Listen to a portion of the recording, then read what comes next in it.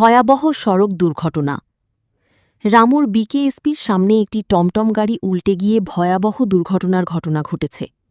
এ দুর্ঘটনায় দুজন মহিলা গুরুতর আহত হয়েছেন। স্থানীয়দের সহযোগিতায় আহতদের দ্রুত উদ্ধার করে উন্নত চিকিৎসার জন্য কক্সবাজার সদর হাসপাতালে নেওয়া হয়েছে। আহতদের পরিচয় তাৎক্ষণিকভাবে জানা যায়নি। সকলের কাছে আহতদের দ্রুত সুস্থতার জন্য দোয়া কামনা করা হচ্ছে। রামু প্রতিনিধি রুবেল উদ্দিন নোমান খান, রামু নিউজ 3।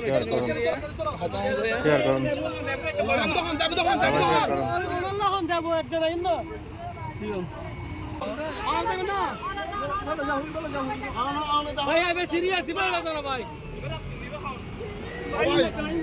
বলে